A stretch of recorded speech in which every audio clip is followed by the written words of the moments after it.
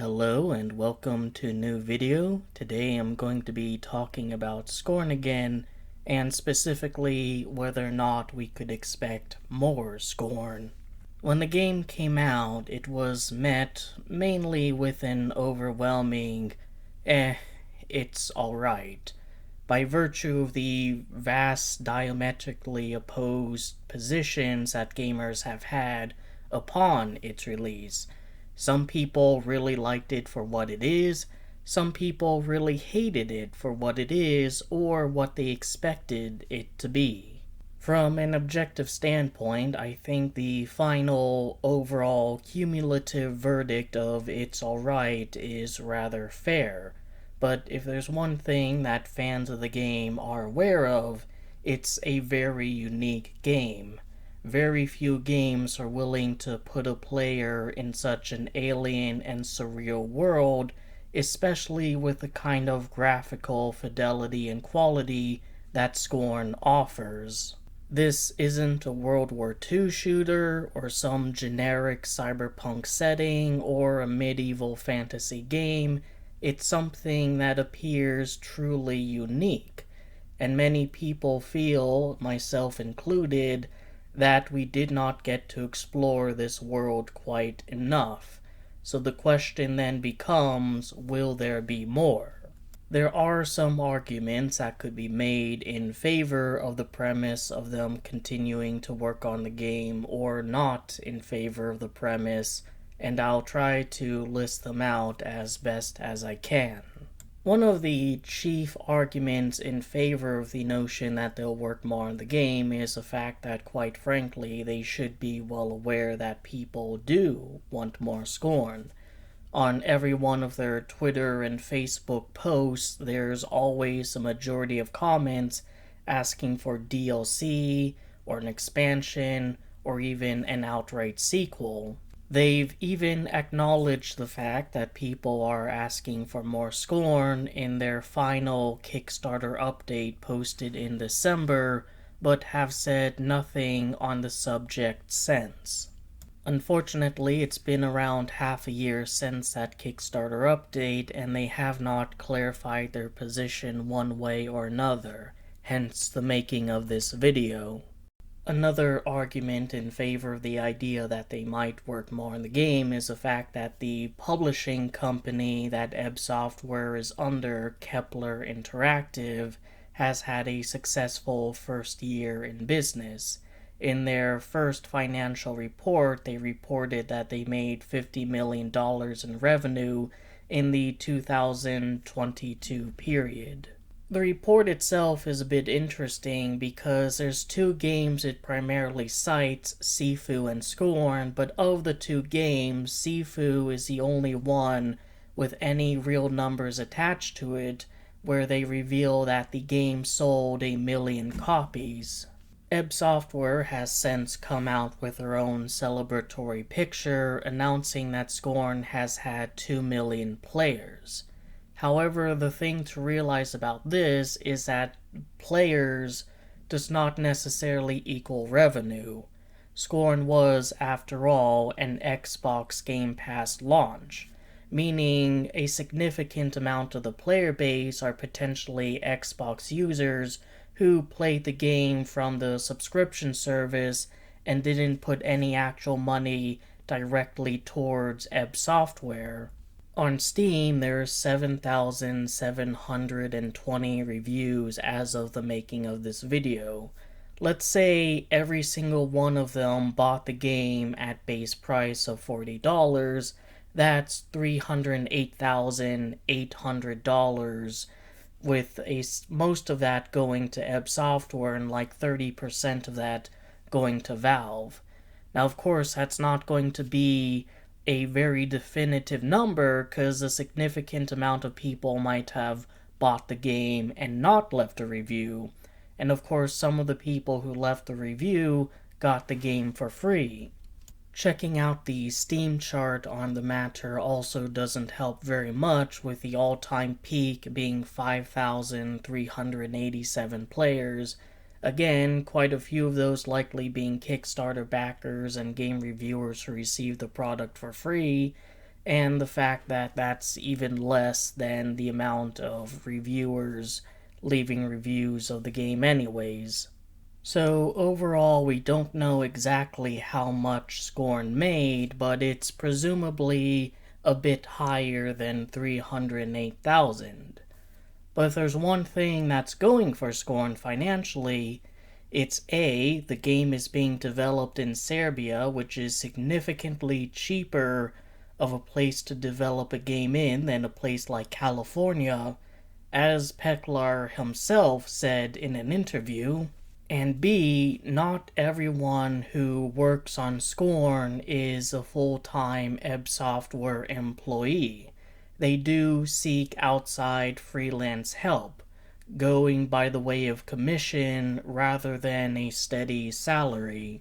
But speaking of employees, that's another reason why there may be more Scorn in the future. Ebb Software has far more hands on deck than ever before. Rather than just like 6 people or 12 people or 20 people, by the time Scorn released, Ebb Software had around 30 full-time employees. I think a final argument in favor of the notion that there's going to be more Scorn is the fact that they've fairly consistently posted on their social media, Facebook and Twitter, pretty much every week with an image and a little caption accompanying that image. I made this point in my video about the Scorn ARG before it was revealed to be, quite frankly, the lamest ARG in all of gaming, and I think it kind of still stands. Scorn is a single-player horror game, and a short one at that. At some point after 4 to 6 hours, you've effectively seen everything you need to, and if you gotta spend an extra 15 to 30 minutes getting the alternate achievement of either killing or saving Moldman, well, congratulations, you've gone through all of Scorn. So it makes no real sense for them to continue posting on social media 8 months after the game's release. Now, of course, there's an obvious elephant in the room that the game is coming to PlayStation, but I cannot help but to think Ebb Software was not spending 8 entire months porting this game to another console. The alternative to that is they wanted to keep Scorn at least in the back of people's minds and some discussion alive in the event that they do announce DLC or an expansion, or maybe even down the road the prospect of Scorn 2. I'll grant fully that these posts aren't difficult to make. They're literally a picture from marketing materials, including from trailers that show things that aren't even in the game itself, along with a very kind of generic, dark, edgy caption. But the fact that it's the path of least resistance might indicate that they aren't wanting to drum up a ton of hype and anticipation, but keep things very mellow and mild in people's minds until they're ready to announce something much bigger. I mean, arguably it would have been far more simple for them not to post anything and then just out of the blue, when they were ready to announce that the game is coming to PlayStation, just drop that information or start up their lame ARG.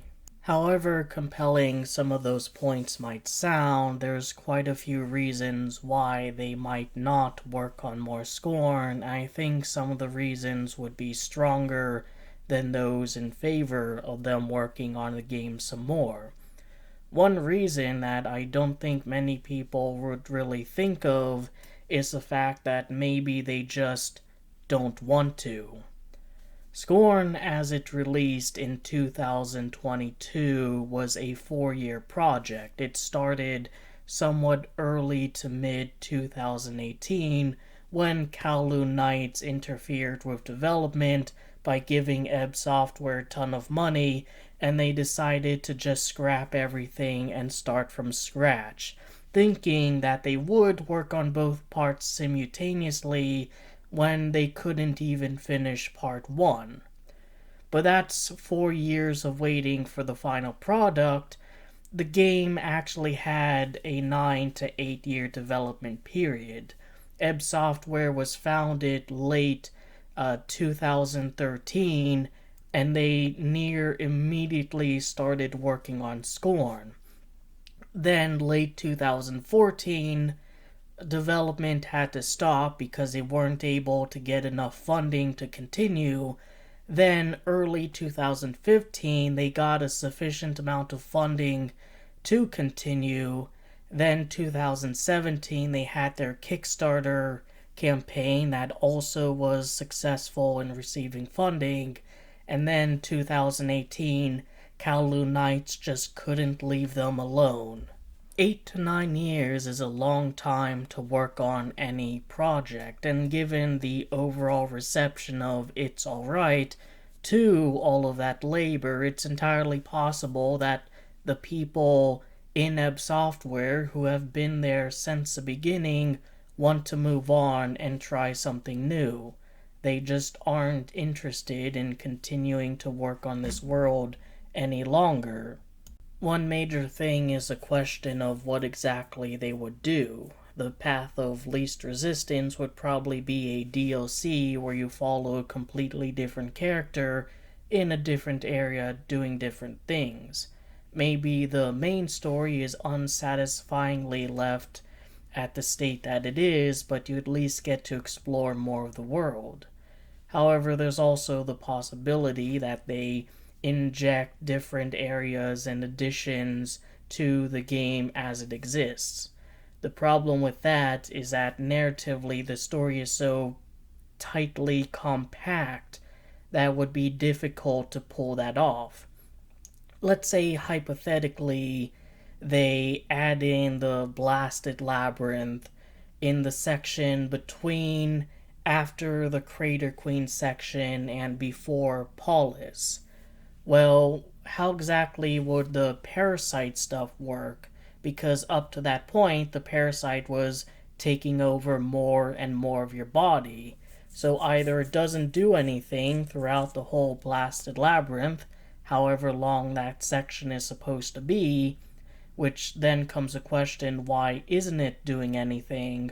Or it does do stuff, and that's going to have to impact the gameplay for the Blasted Labyrinth and for Paulus, which might require some substantial changes. Maybe the easiest way to handle it is that in the section where you remove the parasite, rather than flaying you alive, or if it does, there's a way to undo that without climbing into that surgery machine, you find a way to restore yourself to the ability to move and meander as you did in the rest of the game, and you have access to new weapons and tools, and by that point new areas open up to explore throughout Paulus and maybe some different areas outside of it. Almost like the game is linear up to a point, and then it kind of branches out into multiple different areas you can explore before finally culminating at an ending, ideally one based on the choices you've made. The only other alternative that I could possibly think of is somehow the story continues after the final cutscene, maybe due to the fact that whatever that kind of portal thing is at the end is causing the statues to disintegrate slowly. Maybe it causes a parasite meat pillar to disintegrate and eventually your character's free. Or maybe there's a continuation of that process where they both metamorphosize into something greater. Whatever the case is, such a thing would be rather difficult to implement due to needing to change so much about either throughout the game or even just the very end of the game, and Scorn is not an easy game to make. I've said this in a few videos, but due to the art style and the aesthetics, due to the fact it takes place in such an alien world, it's not as easy as just slapping together some assets and calling it a day. You can't just make a chair like you would in a game that takes place on Earth and say, yep, that's a new asset we can use. Instead, it has to be some biomechanical blend of H.R. Giger and Beksinski, biomechanics and biopunk, that has a lot of complications, round edges, organic forms, things far, far more difficult to model, create, and animate than anything you would find in a more conventional video game. Additionally, there's also the question of, is the cost even worth it? I've gone over the possible Scorn finances before. They've certainly made more than $308,000, but comes the question, did they make enough to justify working on more of the game? Or is a studio thinking we need to work on a completely different IP because otherwise our studio might face some financial hardships in the future when people don't buy the Scorn DLC or don't buy a Scorn expansion? And that's of course assuming that they are even going to work on DLCs and expansions and have those sold. This may be an area where being on Game Pass bites them in the ass. I don't know if developers receive any financial reimbursements for Game Pass downloads, or if it's just like a sum Microsoft gives them to put the game on Game Pass, and it can, be downloaded and played 10 times or 50 billion times, and that makes no difference to how much the studio makes. However, the fact that the game is coming out on PlayStation might have some positive effects depending on what exactly happens, because assuming you have to buy the game in order to play it on PlayStation, maybe they'll make a bit more after that and be financially secure enough to work on extensions. The only problem is that the game has been out long enough that anyone who could make an opinion on the game probably already has. If you have to buy the game in order to play it on PlayStation, by virtue of the fact you have to buy it individually rather than it being bundled with a subscription service of multitudes of other games, it quite frankly is not going to get the same player base that it did with Xbox, especially if it's exactly the same game that was released on Xbox. Due to the very simplistic nature of the gameplay, it doesn't really offer much uniqueness in terms of an individual players going through, so for many people, all they really have to do is watch a Let's Play or a walkthrough or anything like that, and they feel as if they've gotten the full Scorn experience. I've mentioned before that it's a benefit to Ebb Software that not necessarily everyone who worked on Scorn is a full-time employee of theirs, meaning they don't have to pay a consistent salary. However, that could potentially come to a detriment if they do decide to expand upon the game and add more areas. After all, if the main concept artist Philip Akovic, who's not an Ebb Software employee, decides he's just not interested in working on Scorn anymore, they're going to have to find someone else, and that someone else might not be able to convey or encapsulate or envision the world as properly as Akovic could. Or alternatively, the game's soundtrack was composed by Ethic and Lustmord. They are not only not Ebb Software employees, they're also not video game soundtrack composers. They just happen to work on this one game.